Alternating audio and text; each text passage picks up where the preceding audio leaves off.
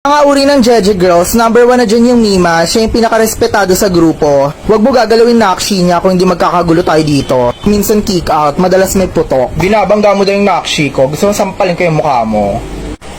Number 2 is yung nakshi, mga first year high school na maaasim. Lapitin ng gulo dahil feeling maganda.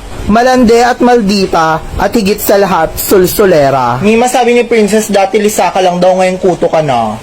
Pangatlo is yung mga boyish Jeje Girls. Laman ng computer shop. Hindi daw siya pala ayos, pero ang totoo is dugyot lang naman talaga siya. Ginagamit ang Dota para maka-aura. Paano mang skill? Pang-apat is yung Jeje na katingera. PE lang pinapasukan para warm up daw para makabakod. Makakabanding mo lang siya after class. Laging absent sa klase pero present lagi sa fishballan. Laging tumutusok ng 3 fishball kahit piso lang naman yung binayad. Tapos na yung PE, tara na. Mamaya na lang tayo magkita sa labas pag may aabangan. Ang abanger, siya ang kanang kamay ng leader ng sorority. Siya ang taga-organize ng gulo. Makikita lang sa school kapag may abangan sa gate. Best in guidance, minsan nakablatter sa barangay.